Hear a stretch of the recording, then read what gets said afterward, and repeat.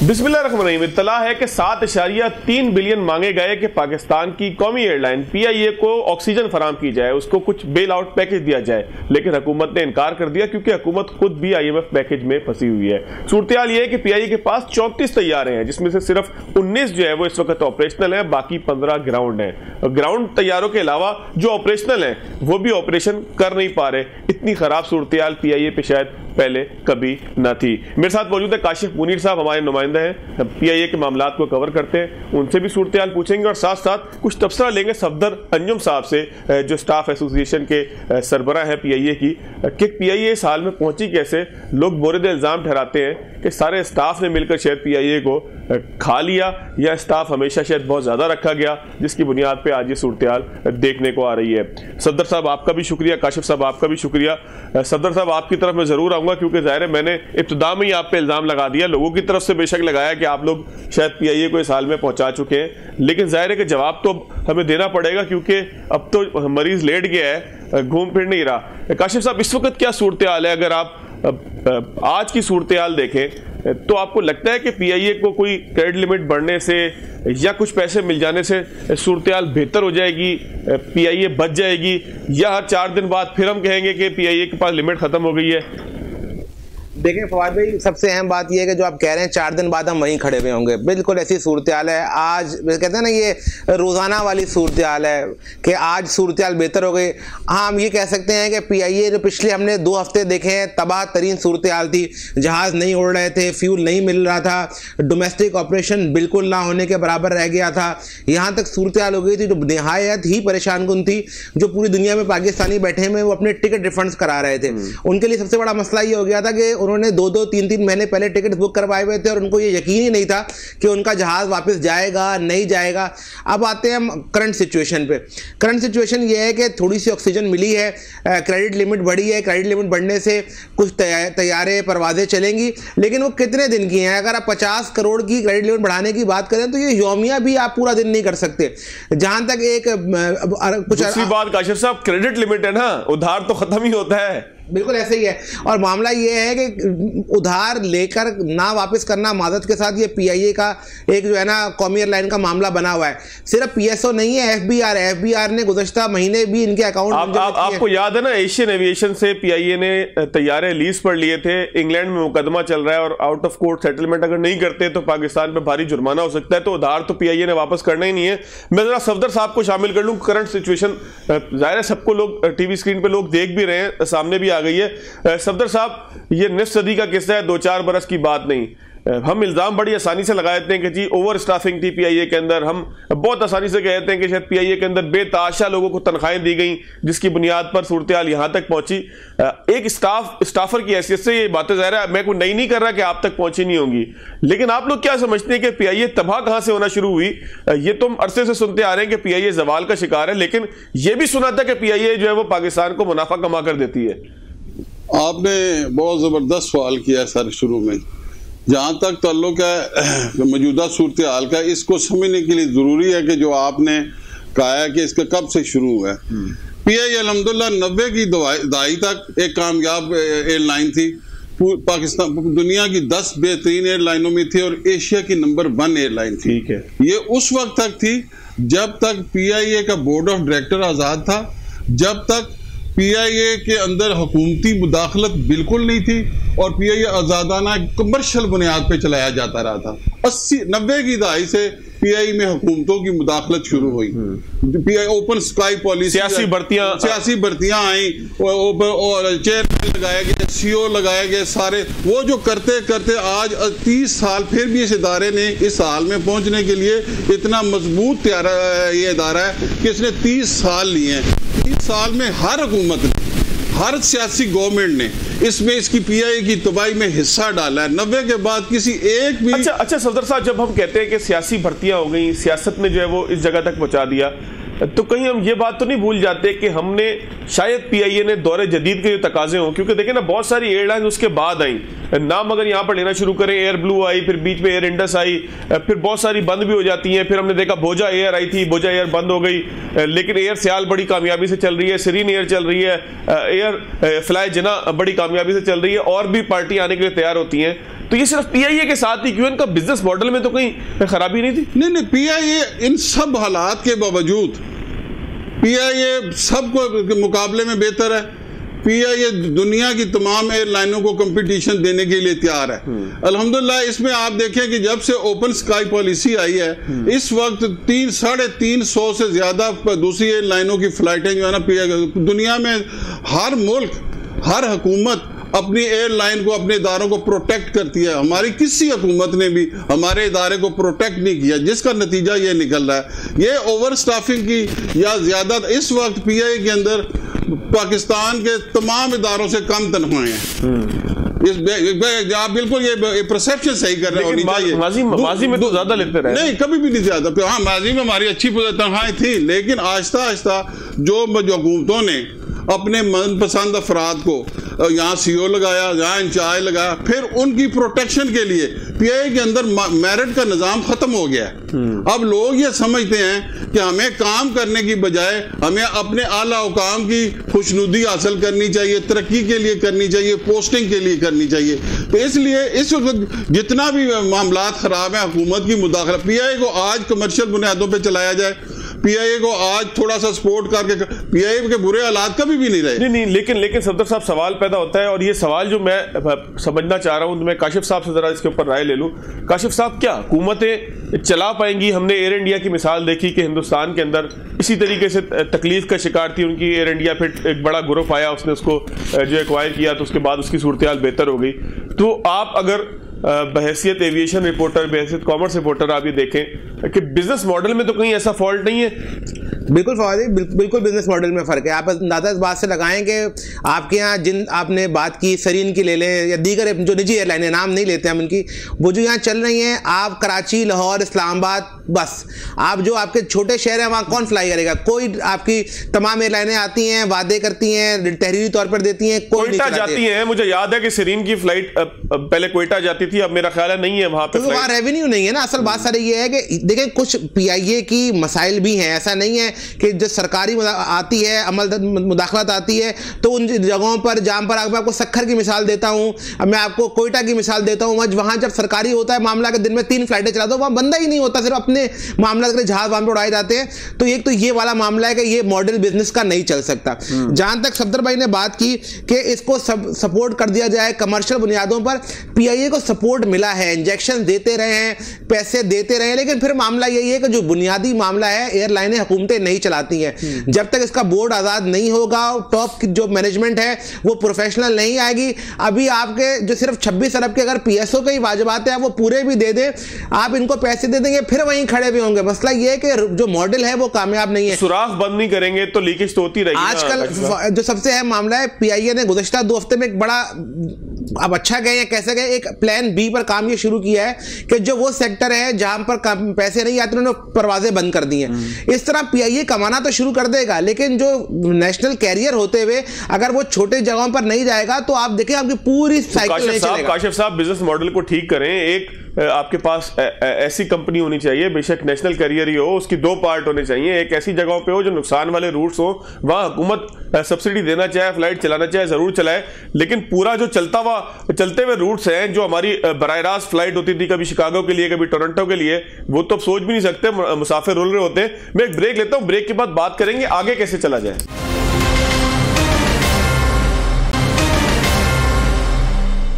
Break के बाद खुशामदीद। सफदर साहब, हम अब ज़बू हाली का जब मामला डिस्कस करते हैं तो ठीक है कि नोहा एक पढ़ा जा सकता है कि जी सूरत हाल बड़ी ख़राब हो गई, सियासी भर्तियों ने काम ख़राब कर दिया, सियासी मदाखलत ने पीआईए को यहाँ तक पहुँचा दिया, गन बरदार लोग आ गए, उन्होंने पीआईए को कहाँ से कहाँ पहुँचा दिया। बहुत से तस्करे ऐसे भी हैं कि जहाँ हमारे पर जलते हैं, जलने नहीं चाहिए। वैसे कोई ऐसी खौफनाक बात नहीं, अगर किसी ने तबाह किया है तो किसी भी शक्ल के अंदर किया, उसका तस्करा होना चाहिए। लेकिन चलें उसको छोड़ते हैं, आगे की तरफ चलते हैं। हल आपको क्या दिखता है? जिस तरह से मैंने ब्रेक से पहले भी मेरे अचानक ज़हन के अंदर आया कि जी अगर काशिफ साहब ये कहते हैं कि जी कुछ रूट्स ऐसे हैं कि जिन पे चलाना परवाज ज़रूरी है लेकिन पुरकशिश नहीं है, फ़ायदामंद नहीं है, तो उसको एक अलग कंपनी बनाएं, आप चीज़ों को ब्लैक एंड वाइट की तरह चलाएं। आप क्या कहते हैं?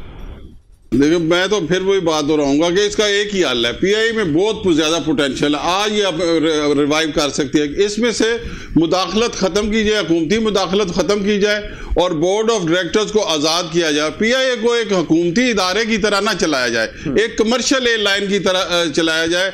आज आपने जो मौजूदा मैनेजमेंट है वो पीआईए का मुकदमा लड़ने के लिए बिल्कुल नाहिल है, तो हम अपना मुकदमा ही नहीं पेश कर पा रहे। उनका काम है, उनको ड्यूटी दी गई है कि आपने पीआईए को प्राइवेटाइज करने के लिए आपकी नौकरी पक्की की जा रही है, तो इस काम में लगे हुए हैं, और इस काम में नहीं लगे हुए कि पीआईए को बचाना। इस वक्त जो खला है, यानी कि आप ये कहते हैं कि इस वक्त जो मैनेजमेंट है, अगर उसकी बात करें तो उनको बेल आउट पैकेज दे भी दें, 7.3 बिलियन दे दें, 10.10 बिलियन दे दें, जितने मर्जी बिलियन उनको डॉलर दे दें, नोट दे दें, करेंसी छाप के दे दें, अपना गुर्दा निकाल कर दे दें, उन्होंने ठीक नहीं करना। नहीं, ऐसा नहीं। देखिए, एक बात तो यहां मैं क्लियर करना चाहता हूं पीआईए के बिहाफ पे कि पीआईए का ये जो परसेप्शन खराब की जा रही है दुनिया के अंदर कि जनाब 800 अरब रुपया पीआईए खा गई, टैक्स पेयर का पैसा दे रहे हैं, बेल आउट पैकेज दे रहे हैं, आज तक 1 रुपए का भी पीआईए को गवर्नमेंट ऑफ पाकिस्तान से बेल आउट पैकेज नहीं मिला ना। ये जितने भी पैसे हैं ये हमें कर्ज मिले हैं, पीआईए को कर्ज मिलता है, और पीआईए उस कर्ज को आज तक बैंकों को भी उसके पैसे दे रही है, उसका इंटरेस्ट भी दे, कहीं डिफॉल्ट नहीं हुई है। सेकंड सर ये है कि जो कहते हैं कि 700 अरब का नुकसान कर दिया, पीआईए ने नुकसान नहीं किया, इसकी परसेप्शन बड़ी खराब कर दे हैं। पीआईए ने अपनी प्रॉपर्टीज बनाई हैं। यानी कि आप ये कहते हैं कि पीआईए स्टील मिल की तरह सफेद हाथी नहीं बना। बिल्कुल सफेद, पीआईए ने अपनी प्रॉपर्टीज बनाया। हमारे पास पाकिस्तान में पीआईए के पास 30 प्रॉपर्टीज है, पूरी दुनिया में हमारे पास 7 प्रॉपर्टीज है जो 700-800 अरब से ज्यादा की। आज भी अगर हुकूमतें ये फैसला करें, ये कि अपने, क्योंकि अपने मनपसंद के फैसले करते हैं, अपने जब अपना मनपसंद सीओ लगा देते हैं, चेयरमैन लगाते हैं, फिर उसके जरिए अपने जायज मुफादात हासिल करते हैं, फिर उसकी हर गलत काम को प्रोटेक्ट करते हैं। थोड़ा सा आसान कर लेते हैं, इस बात को आसान कर लेते हैं। अगर आप ये समझें कि मेरिट के ऊपर पीआईए को हम आज से फैसला कर लेंगे चलाना है, तो कितने अरसे में आपको लगता है कि हम इस काबिल हो सकेंगे कि मरीज जो लेट चुका है वो कम से कम खड़ा हो जाए? 1 साल में कहता हूं, मैं बड़े दावे के साथ कहता हूं, 1 साल इससे आज की मैनेजमेंट को खत्म कर दें, प्योरली प्रोफेशनल एविएशन की मैनेजमेंट को ला के लगाएं, जो क्योंकि आप हमारे जो इर्द गिर्द जिन एयरलाइनों को हमने हाथ पकड़ के, उंगली पकड़ के सिखाया, चलना सिखाया, वो आज हमें लीड कर रहे हैं। इसलिए कर रही है सर, एक मिनट, इसलिए कर रही हैं कि वहां सीओ आया, 8-8 साल से एक सीओ लगा, उनको हमारा तो आज 10 साल से कोई बिजनेस प्लान ही नहीं बना। बिजनेस प्लान जो बनाया, एक अभी पहले इस काबिल ही इन्होंने कोई मैनेजमेंट नहीं लगाई जो बिजनेस लास्ट 2021 में एक बिजनेस प्लान इन्होंने एटा से बनवाया करोड़ रुपए देके, ठीक है, लेकिन उस पे भी अमल दरामद किया। नई पीडीएम की हुकूमत आई, उसने उसको भी गटर में फेंक दिया। यानी कि हुकूमत तब्दील, प्लान तब्दील।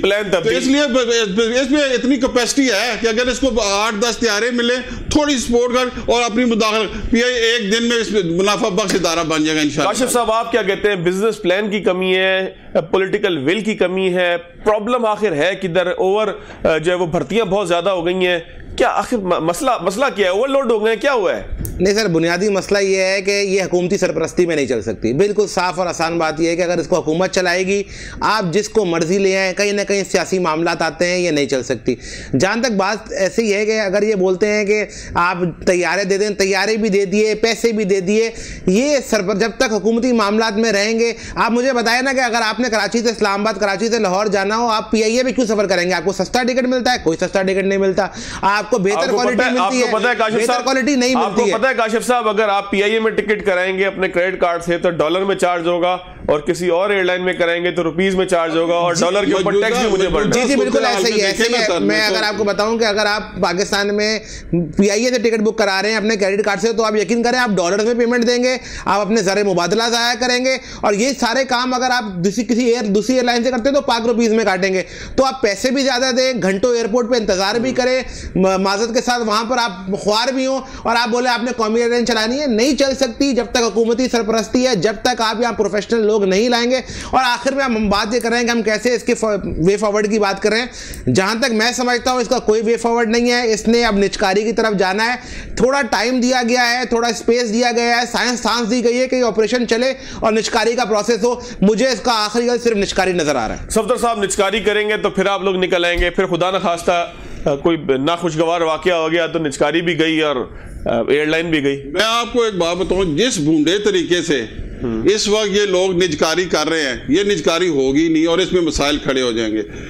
आज तक इन्होंने जितना भी काम कर रहे हैं, इसमें मेन स्टेक होल्डर जो है ना यहाँ के एम्प्लॉइज हैं इदारे के, किसी एक एसोसिएशन से, किसी यूनियन से ना सीओ ने राब्ता किया, ना हुकूमत के किसी ने राब्ता किया। होता पता है क्या है, लेकिन ये मैं आपको बड़ी, ये निजकारी का अमल, ये पीआईए की निजकारी नहीं है। पीआईए जो है ना एक इदारा नहीं है सर, पीआईए मिनी पाकिस्तान है। अगर पीआईए को ये बेचने की बात कर रहे हैं तो 25 करोड़ अवाम को बेचने की आप यकीन करें बात कर रहे हैं। पीआईए को आप इस तरह ना लिया जाए कि ये एक इदारा है जी बंद हो जाएगा। नुकसान हो रहा है ना, ब्लीडिंग हो रही है। कोई नुकसान नहीं हो रहा, इसके पास खाने को पैसे नहीं है, हम जहाजों में उड़े। तो मैं यही बात हो, मैं आपसे अर्ज कर रहा हूं ना कि पीआईए जो है कोई 1 रुपया भी ना टैक्स पेयर का ले रही है, ये लोन देती है, लोन हम वापस कर रहे हैं और जो नुकसान है उसकी हमने प्रॉपर्टीज बनाई। आप अगर सिंसियर है ना लोग हुकूमत में, वो ये चाहते हैं कि पीआईए सरवाइव करे, कोई लोन ना दें।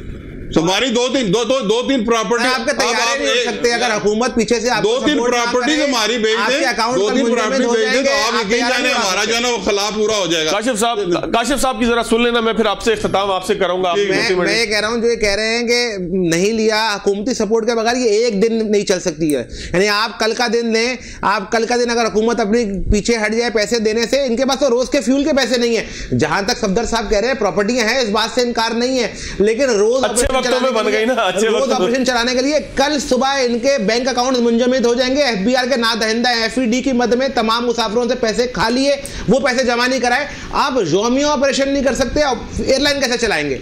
सफदर साहब आखिरी 2-3 मिनट हैं, आप मुझे हल बता देना क्या है ये। तो देखे ना, आप लोगों से मशवरा करें, आप कहेंगे बंद ना करो, कुछ अरसा और दो, तो इस तरह से कब तक? अरसा तो चाहे 10 साल देना, अगर इस तरह चलाना है ना जिस तरह हुकूमती मुदाखलत है, सियासी मुदाखलत है, पाकिस्तान का तो सिस्टम ऐसा ही है, सिस्टम है, तो बल्कि निजकारी करके हम ज्यादा बेहतर फील करते हैं। निजकारी पीआईए के अमल का हिस्सा कोई इसका हल नहीं है। निजकारी करेंगे तो पीआईए को जो पूरी दुनिया में फंसे हुए पाकिस्तानियों को लाता है वो कौन लाएगा? निजकारी करेंगे तो इस डिफेंस में पीआईए ने जो किरदार अदा किया वो कौन करेगा? अभी देखें जी, आज ये जो पीएसओ का जानबूझ के माहौल पैदा किया गया है, इसका फायदा पैसे नहीं देंगे, अगर आप इजाजत दें तो मैं सफदर एक सवाल कर लूंगा। जी करें सफदर साहब, अगर आपको कराची से लाहौर जाना हो, कराची से इस्लामाबाद जाना हो, कराची से दुबई जाना हो, आप मुझे बताएं आप क्यों पीआईए में जाएंगे? ना आपको सस्ता टिकट मिलता है, ना आपको बेहतर सर्विस मिलती है, आप मुझे बताएं आप क्यों जाएंगे? सर मुझे समझा देते। मैंने जो पहले बात की वो यही है कि पीआईए दुनिया की बेहतरीन एयरलाइन थी, इसमें सर्विस भी ज्यादा मिलती थी और पाकिस्तान आज की बात आज बताए ना, आज ये है कि आज भी अगर पीआईए अपने पैरों पर खड़ी हो सकती है, पाकिस्तानी पीआईए से लव करते हैं, इसमें सफर करना पसंद। उसकी वजह क्या है? उसकी वजह यह आप एमिरेट्स पे जाएं, कतर पे जाएं, टर्किश पे जाएं, आप रुल के जाते हैं। डायरेक्ट फ्लाइटें किसी की नहीं है जो स्वायब पीआईए के। हमारे बूढ़े वालदैन अमेरिका से बिठाते हैं, यहाँ से आ जाते हैं। पीआईए हर जगह को प्रोटेक्ट करता है जी। रास्ता खाली करें, 4 खड़े होंगे पहले नहीं, कोई भी। इस वक्त जो नजर है पीआईए के ऊपर लोगों की, पीआईए के स्लॉट्स के ऊपर है, रूट्स के ऊपर है। इस वक्त नजर है पीआईए की प्रॉपर। आपको मैं एक बात, आखिरी बात बता क्यों कि अमेरिका में जो हमारा होटल है रोजवेल्ट होटल, वो ऐसी जबरदस्त लोकेशन पे और इतना बेहतरीन होटल था, लेकिन उस जो यूएनओ के इजलास में या अमेरिका के दौरे में सरबराहाने मुमलिकत जाते थे ना, तो उनका फख्र होता था, उनकी ख्वाहिश होती थी कि वो रोजवेल्ट में ठहरे।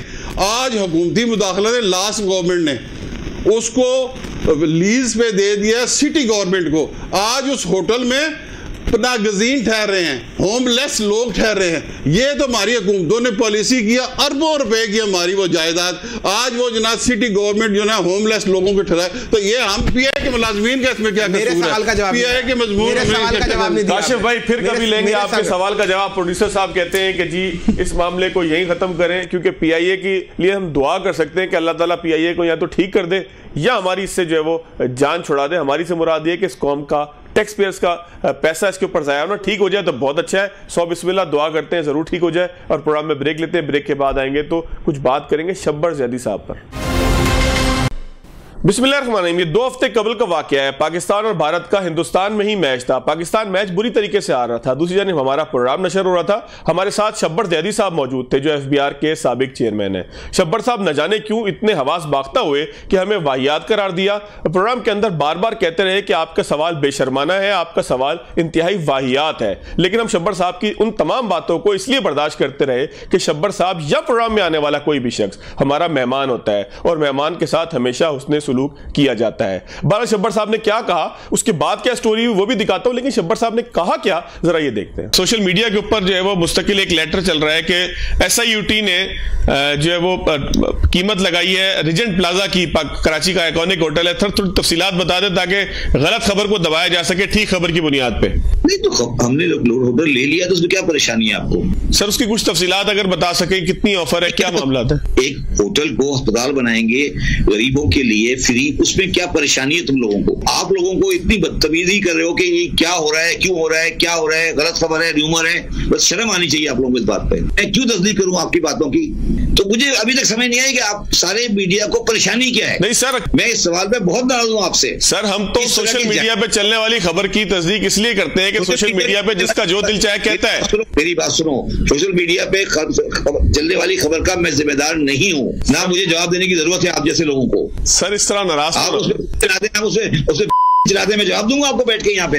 ये सवाल क्यों किया आप? शब्बर साहब की गुफ्तगू आपने मुलाहिजा फरमाई। उसी रात मंसूर अली खान साहब सीनियर जर्नलिस्ट है पाकिस्तान के, उन्होंने अपना वीलॉग किया। उसमें शब्बर साहब के सुलूक के हवाले से उन्होंने क्या कहा जरा वो भी देखते हैं। बात शायद यहाँ पर खत्म हो जाती, लेकिन अगले ही रोज हमारी टीम के एक सीनियर मेंबर को शब्बर ज़ैदी साहब ने फोन पर कॉल की। कॉल से पहले उन्होंने मैसेज किया, उन्होंने कहा कि मैं तुम्हारे एंकर के खिलाफ नेपरा में कार्रवाई करूंगा। हालांकि नेपरा टीवी चैनल्स के लिए रेगुलेटरी अथॉरिटी नहीं है, टीवी चैनल्स के लिए रेगुलेटरी अथॉरिटी है पेमरा। शब्बर साहब अगर कार्रवाई करना चाहते हैं तो उन्हें पेमरा में जाना चाहिए। बहरहाल उनकी तस्दीक के साथ साथ उनके कुछ अल्फाज में अगर आपके सामने कोट करूं, जिसमें शब्बर साहब ने हमारी टीम को न सिर्फ बुरे नताइज की धमकियां दी, चैनल बंद करवाने की धमकी दी, मेरे टैक्स स्टेटमेंट को चैलेंज करने का फैसला किया, साथ साथ ही कहा क्या ये रहता किधर है, मैं इसको देख लूंगा, इसकी शक्ल तो लगती ही दहशतगर्दों वाली है। बहरहाल शब्बर साहब आपने बहुत ज्यादती की, लेकिन कोई बात नहीं, आप हमारे मेहमान थे, आपने जो कहा हमने बर्दाश्त किया। लेकिन फोन कॉल्स के ऊपर किसी को थ्रेट करना, और वो भी खातून को, आपको जेब नहीं देता। शब्बर साहब की स्टोरी शुरू कहां से हुई,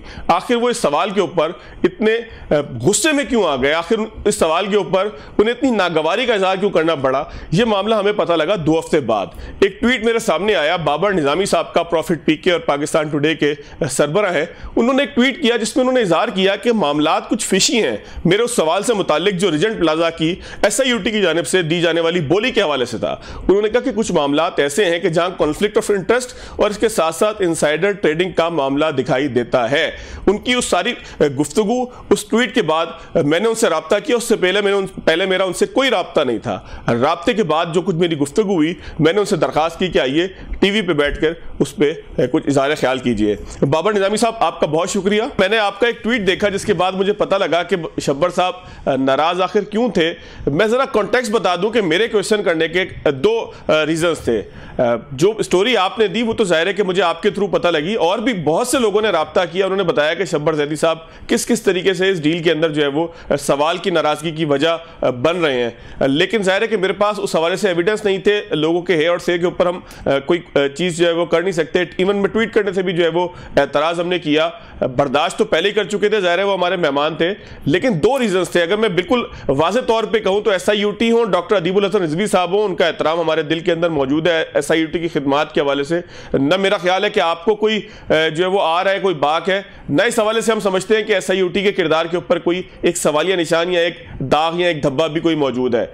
लेकिन इस डील के हवाले से जब हम बात करते हैं तो 2 चीजें मेरे जहन में थी, जो कई लोगों ने राब्ता करने के बाद, आम लोगों ने भी कहा, बहुत से आम लोगों ने ट्विटर के थ्रू भी राब्ता किया। उनका कहना यह था कि SIUT किसी ऐसी जगह पर भी बन सकता है कि जहां पर सस्ती जमीन हो, क्योंकि ये लोगों के ज़कात, खैरात की और इमदाद की और टैक्स पेयर्स की मनी है। लेकिन बहरहाल ये SIUT का अपना फैसला है, उनके बोर्ड ने फैसला करना है। मैंने सवाल किया था शब्बर साहब से, आगे क्या रवैया था, वाहियात और इस तरह के दीगर अल्फाज, बहुत से अल्फाज हमने काट भी दिए जो चल नहीं सके, इसलिए नहीं चल सके कि वो काबिल नशर नहीं थे। लेकिन आपने जो सवाल किया उसके साथ साथ जो फैक्ट आपके हमने प्रॉफिट पीके के हमने देखे, जो आपने ट्वीट किए, वो बहरहाल एक स्टोरी का मुख्तलिफ रुख हमें बताते हैं। तो आप हमें थोड़ा सा उस पर गाइड कर सकेंगे कि आपके ज़हन में ये सवाल क्यों पैदा हुआ कि इस डील के अंदर आपने एक लफ्ज यूज किया ट्वीट पे, फिशी क्यों लगा आपको ये?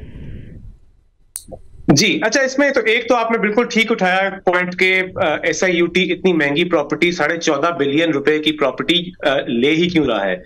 बाय द वे, आपके व्यूअर्स के इंफॉर्मेशन के लिए, ये पाकिस्तान की रियल एस्टेट की जो कॉर्पोरेट सेक्टर है उसकी सबसे बड़ी इन रुपी टर्म्स डील होएगी अगर ये डील थ्रू हो जाती है। अच्छा, तो एक तो ये सवाल है। हमारा एक जो स्टोरी का सवाल था वो जरा दूसरा था, वो ये था, वो थोड़ा सा स्टॉक एक्सचेंज से रिलेटेड था। सो ये जो होटल है, hotel Regent Plaza, hotel Regent Plaza, जी, होटल रीजेंट प्लाजा ये एक ऐसी कंपनी ओन करती है जो कि पब्लिकली लिस्टेड कंपनी है।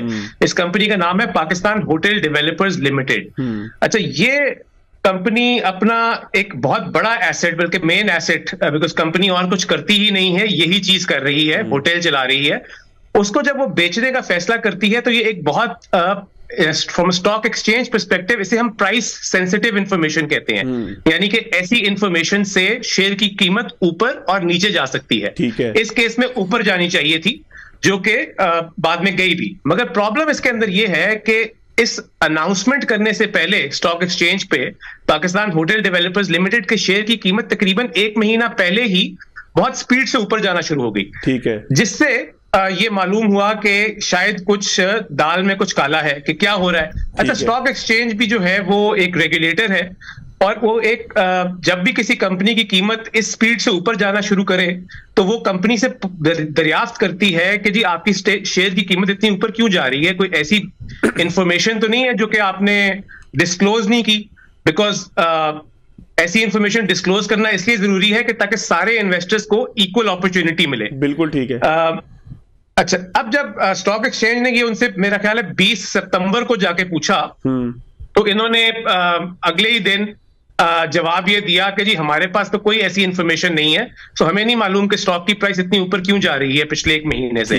मगर साथ ही उन्हें बड़े ही कैजुअल अंदाज से ये लिख दिया कि वैसे हमारे पास डिफरेंट इन्वेस्टर्स जो हैं वो आते रहते हैं हमारे इस होटल को खरीदने की नीयत से, मगर क्योंकि आज तक कोई बहुत ऐसी कोई ऑफर लगी नहीं है जिसे जो हमें एक्सेप्टेबल हो, इसलिए हमने इन्फॉर्म नहीं किया। अच्छा, ये एक बड़ा ही अजीबोगरीब चीज थी, बिकॉज अगर आप अपना मेन एसेट बेच रहे हैं तो ये इंफॉर्मेशन आपको स्टॉक एक्सचेंज में डिस्क्लोज करनी है, ना कि कैजुअल तरीके से बता दें कि जी हमें तो पता ही नहीं, जबकि पता भी है। अच्छा, बिल्कुल ठीक है। ज्यादा सरप्राइजिंग बात यह हुई कि उसके अगला दिन वीकेंड था। वीकेंड के फौरन बाद जो मंडे आया, मंडे को इन्होंने स्टॉक एक्सचेंज पे ये डिस्क्लोज किया कि जी हमें पता है कि क्या हो रहा था, और वो ये कि हमें SIUT से ऑफर आ गई है। ठीक है, और वो खरीदना चाह रहे हैं हमारा ये होटल जो है। ठीक है। अब ये एक बहुत बड़ा कोइंसिडेंस था कि स्टॉक एक्सचेंज जैसे ही इन्वेस्टिगेशन शुरू करती है, आपसे पूछती है क्या वजह है, तो आप कहते हैं कोई वजह नहीं है, और उसके बाद जैसे ही और अगले ही दिन कहते हैं हमें वजह पता है, हमें तो वीकेंड के ऊपर SIUT ने अप्रोच किया है। ठीक है। मकसद हमारी सारी स्टोरी का ये था कि इट सीम्स कि इनकी ये नेगोशिएशंस जो हैं SIUT की और ये पाकिस्तान होटल डेवलपर्स लिमिटेड की, जी, पहले से चल रही थी। और ये इंफॉर्मेशन शायद कंपनी के ऑफिशियल्स के पास तो ऑब्वियसली दोनों साइडों की थी ही थी, मगर शायद कुछ और लोगों के पास भी। अच्छा बाबर साहब, अगर इस तरह की इंफॉर्मेशन हो और वो लीक करके शेयर की कीमत जो है वो बढ़ाई जाए, या शेयर को जो है वो मार्केट के अंदर ट्रेड में ज्यादा लाया जाए, तो ये कितना बड़ा क्राइम होगा, और पाकिस्तान स्टॉक एक्सचेंज इसके खिलाफ कार्रवाई क्या कर सकता है? जी, अब इसको इनसाइडर ट्रेडिंग कहते हैं, और ये दुनिया की हर स्टॉक एक्सचेंज के अंदर मतलब इलीगल कंसीडर की जाती है इस किस्म की इनसाइडर ट्रेडिंग, जिसमें आपने एक इंफॉर्मेशन डिस्क्लोज नहीं की और इस इंफॉर्मेशन की बेसिस के ऊपर कुछ लोगों को पता है और वो फायदा उठाने की कोशिश कर रहे हैं at the expense of other share holders जिनके पास ये इंफॉर्मेशन नहीं है। तो ये क्रिमिनल ऑफेंस है। इससे पहले असल प्रॉब्लम ये है कि हमारे जो रेगुलेटर्स हैं, PSX हो गया, मेन रेगुलेटर हमारा SECP है, वो ऐसी चीजों पे बहुत देर से नजरअंदाज कर रहे हैं। सो फॉर एग्जांपल, हमने जब रिसर्च की तो पता ये लगा कि आखिरी दफा SECP ने 2017 के अंदर इनसाइडर ट्रेडिंग के ऊपर एक्शन लिया था। उन्होंने कम से कम प्रेस रिलीज आखिरी 2017 में रिलीज की थी, और वो एक यूबीएल बैंक के मतलब समझे कि प्रेसिडेंट के नीचे जो बंदा होता है वो इनसाइडर ट्रेडिंग कर रहा था। तो उसके खिलाफ फिर उन्होंने एक्शन भी लिया, सिंध हाईकोर्ट भी गए और उसके बाद मतलब खैर वो इंफॉर्मेशन डिस्क्लोज नहीं हुई कि उसके बाद उन साहब को कितनी टर्म की जेल हुई या कितना फाइन हुआ। बट एक्शन करने के लिए पीएसएक्स के पास बहुत से तरीके हैं और एससीसीपी के पास, अगर वो करना चाहें। अच्छा, इसमें बाबर साहब आपको पता है, मैंने उसी प्रोग्राम के अंदर शब्बर साहब से जब स्टॉक मार्केट का सवाल किया तो उन्होंने कहा मैं स्टॉक के ऊपर बात नहीं करता, लेकिन आप लोगों ने जब सवाल किए थे उनसे, जाहिर है मुझे आपने बताया, मैंने जब 2 रोज पहले आपसे राब्ता किया तो आपने मुझे बताया कि उसी दिन जिस दिन पाकिस्तान और भारत का मैच था, जिस वक्त ये प्रोग्राम नशर हो रहा था, उससे कुछ देर पहले या बाद में आप लोगों ने भी राब्ता किया था, आपके नुमाइंदे ने भी राब्ता किया था और शब्बर साहब के सामने एक सवालनामा रखा था। क्या सवाल आपने पूछे थे? जी, तो शब्बर जैदी साहब का असल में इस डील में सारा ताल्लुक ये है कि SIUT की साइड से ये जो ऑफर लगाई गई है पाकिस्तान होटल डेवलपर्स लिमिटेड को 14.5 बिलियन की, ये शब्बर जैदी साहब की तरफ से ऑफर की गई, उनके साइन से गई है। बिकॉज शब्बर जैदी साहब जो हैं वो SIUT के ट्रस्टी हैं, फाउंडिंग ट्रस्टी हैं। ठीक है। और सो शब्बर जैदी साहब से हमने ये सवाल पूछा था जिस दिन आपका प्रोग्राम नशर हुआ, उससे कुछ घंटे पहले ही हमारे रिपोर्टर हैं जैन, उन्होंने ये सवाल पूछा कि जी इसके अंदर ये इंफॉर्मेशन किस किस के पास थी और कहीं कोई इनसाइडर ट्रेडिंग तो नहीं हुई। अब आपका जब मैंने कुछ घंटे के बाद ही प्रोग्राम देखा, जब मैंने देखा कि शब्बर जैदी साहब जरा एकदम गुस्सा खा गए हैं, जबकि आपने तो बड़ा एक सिंपल सा सवाल पूछा था, वो था भी जरा थोड़ा फर्क नौयत का सवाल, तो हमें मुझे ये समझ कम से कम आ गई थी कि वो शब्बर जैदी साहब ये गलती से ये समझे हैं कि आप भी वही सवाल पूछ रहे हैं जो हमने पूछा था, which was about insider trading। अच्छा, अगर पूछ भी लिया था बाबर साहब, एक मिनट मुझे बताइएगा, एक साफी की हैसियत से क्या हमारा आपका हक नहीं है कि अगर इनसाइडर ट्रेडिंग का भी सवाल है तो हम पूछ नहीं सकते अगर इस तरह का कोई मामला है? इसमें कौन सा जुर्म हो गया था? जी, ये पाकिस्तान में जी कंपनीज के अंदर एक बड़ा अजीबो गरीब चीज है, ये पब्लिक लिमिटेड कंपनीज, मतलब देखें PHDL जो है होटल डेवलपर, ये पब्लिक लिमिटेड कंपनी है। SIUT जो है ये लोगों के फंड से चलती है, हुकूमत सिंध के फंड से चलती है। इनके ट्रस्टीज को तो मतलब है कि कोई दूसरी चीज ही नहीं है। हम सहाफी क्या, कोई अगर इंडिविजुअल भी पूछे, कोई डोनर भी पूछे, तो इनको इस चीज का जवाब देना चाहिए, ना कि इस बात पे भरम होना चाहिए। तो खैर हमारे पूछने पे भी उन्होंने हमें ये जवाब दिया कि जी मुझसे तो इस बारे में बात ही ना करें, मैंने तो आज तक स्टॉक मार्केट में कभी जिंदगी में शेयर नहीं लिया और मैं स्टॉक एक्सचेंज का डायरेक्टर भी रहा हूं, पर भी आज तक तो मुझसे आप ये बात ही ना करें। तो खैर बेसिकली वो हमसे भी थोड़ा नाराज ही थे, बट बिकॉज हमारी कॉन्वर्सेशन ओवर व्हाट्सएप मैसेजेस पे हो रही थी तो जाहिर बात है वो जो गुस्सा उन्होंने आप पे निकाला वो हम पे नहीं निकाल पाए। नहीं, जो गुस्सा उन्होंने फोन पे व्हाट्सएप पे लिख के निकाला, उसके अलावा बहुत सा गुस्सा ऐसा भी था बाबर साहब कि जो उन्होंने फोन पे खातून के साथ निकाला, जो हमारी कोऑर्डिनेटर है, हमारी टीम का हिस्सा है, उनको उन्होंने क्या कुछ नहीं कहा। बहरहाल वो एक अलग कहानी है, मैं इब्तदाइये के अंदर वो बयान भी कर चुका हूं। आपका बहुत शुक्रिया। इस स्टोरी के हवाले से कोई और अपडेट है तो मुझे अगर आप वो दे सकें, वरना मैं अख्ताम की तरफ जाना चाह रहा था।